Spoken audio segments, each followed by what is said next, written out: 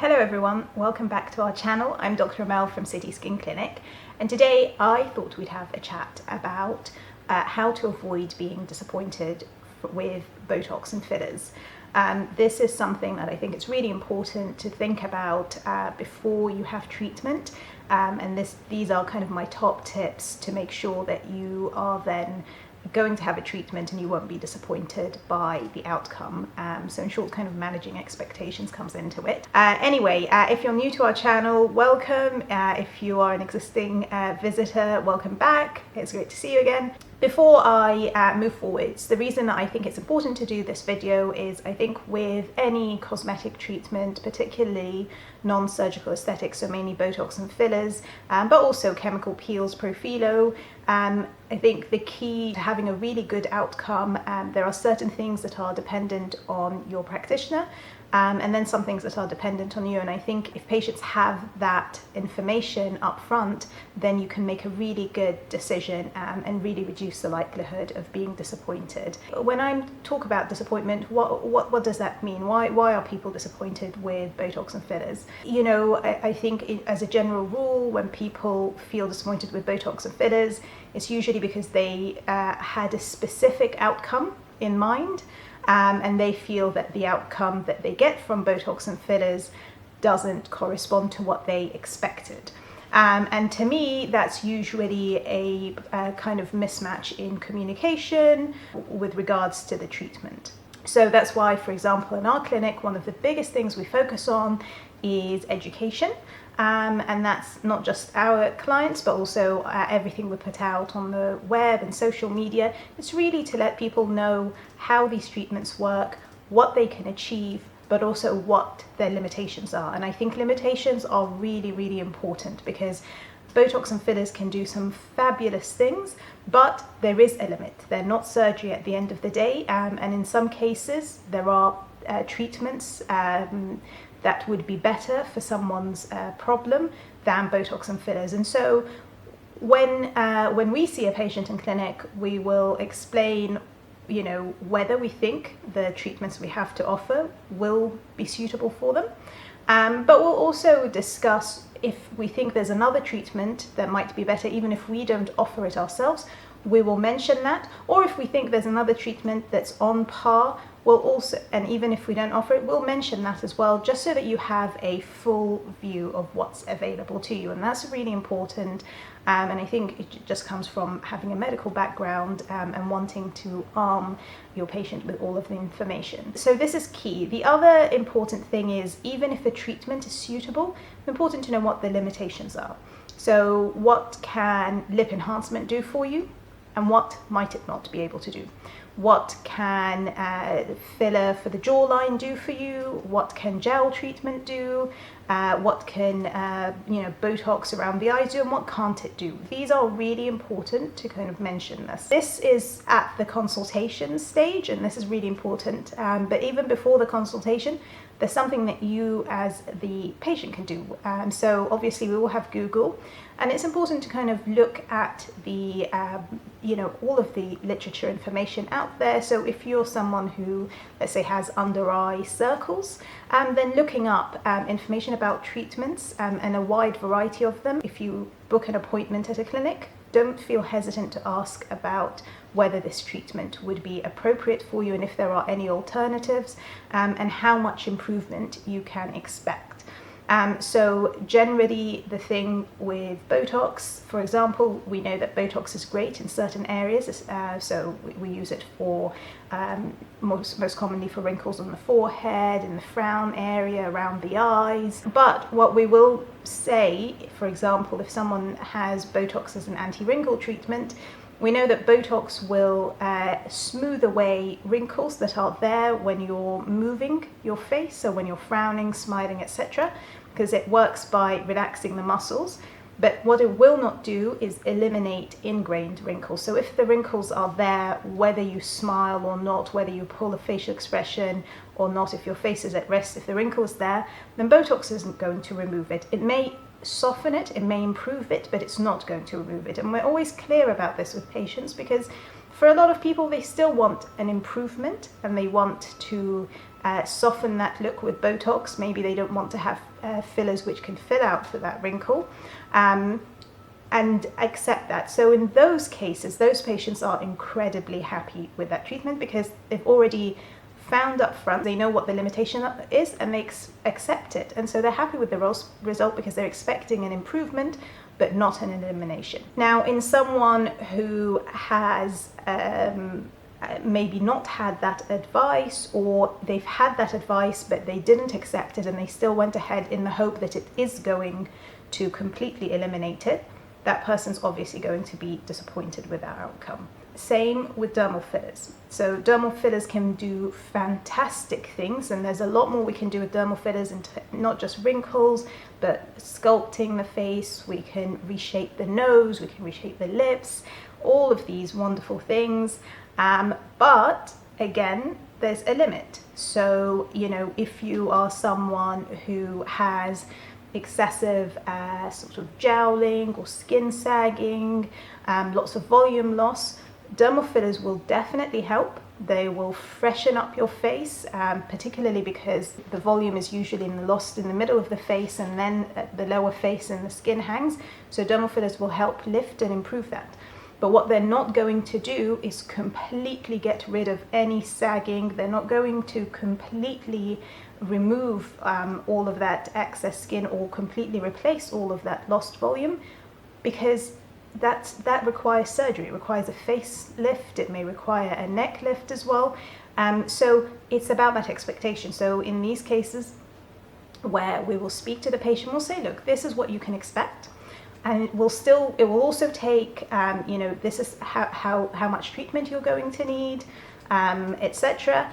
And if a patient accepts what the treatment's going to involve, and if you're happy that it's going to result in improvement, you're still going to look much fresher and much more rejuvenated, but it will not eliminate everything, then those cases, patients are extremely happy with the outcome, because it still looks great. It's not about elimination of everything, because there's a limit to what non-surgical procedures can do.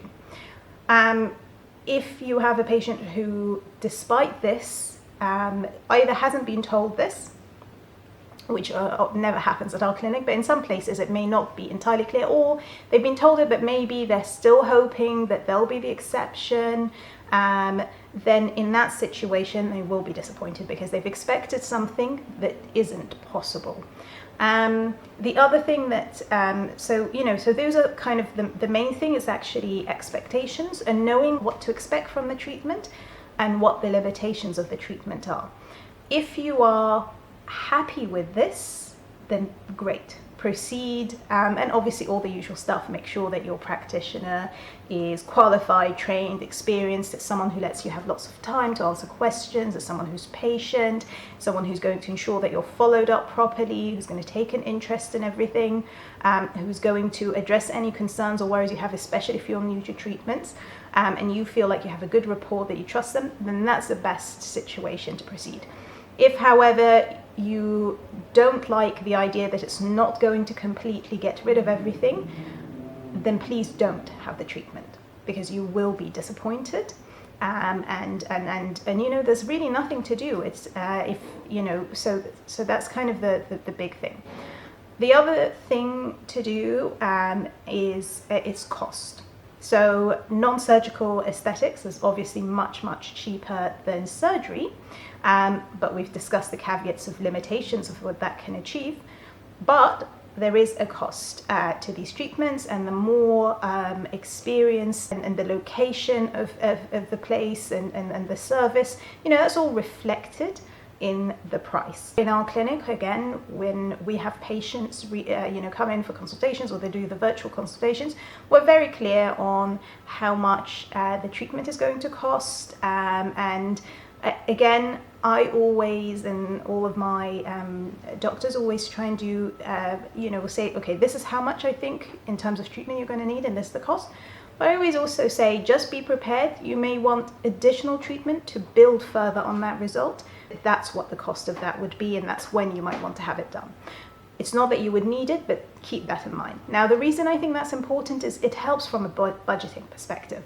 I think, you know, all of us, we have a budget for everything that we want to do.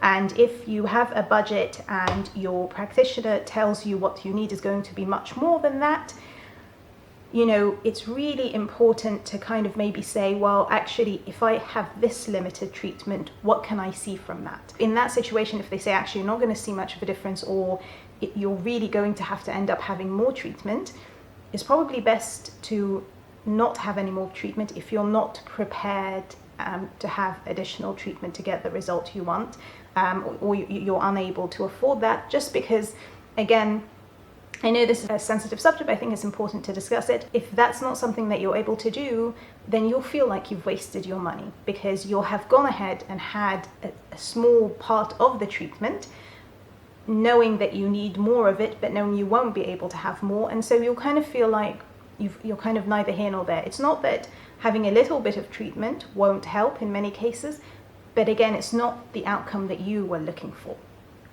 And so that's an important thing to consider. So if you really want a set outcome and you're told this is the kind of treatment it's going to need, and you're prepared to go ahead with that, great. If you're told you need a set outcome and this is the treatment you'll need, but you're only going to have some of that treatment, you know, it's really important to remember you're probably going to be quite disappointed and you'll feel like you've wasted your money. So again, that's something you should also discuss with your practitioner and be very upfront about that, and they should advise you. So, you know, sometimes if you're too worried about risks, including bruising and things like that, or you're kind of for whatever reasons, you're only able to have some of the treatment, not all of it, or despite being told that this is the limitation, you're still hoping for something else. I think it's really important to air that out. And I think the majority of really good, honest practitioners will sit down and talk to you and actually maybe say, why don't you not have this treatment right now, and have a think about whether it's something that you want to go ahead with later on in the future. Maybe you're then prepared to have the full course of treatment.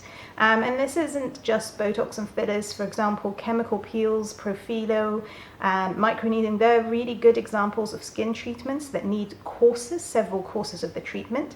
And you often see, you know, we get sometimes patients at clinic who've been elsewhere and they say, well, I've tried a peel at this other place and it didn't work. And I always say, well, how many peels did they say you needed? And then they'll say, well, they said I need about 6.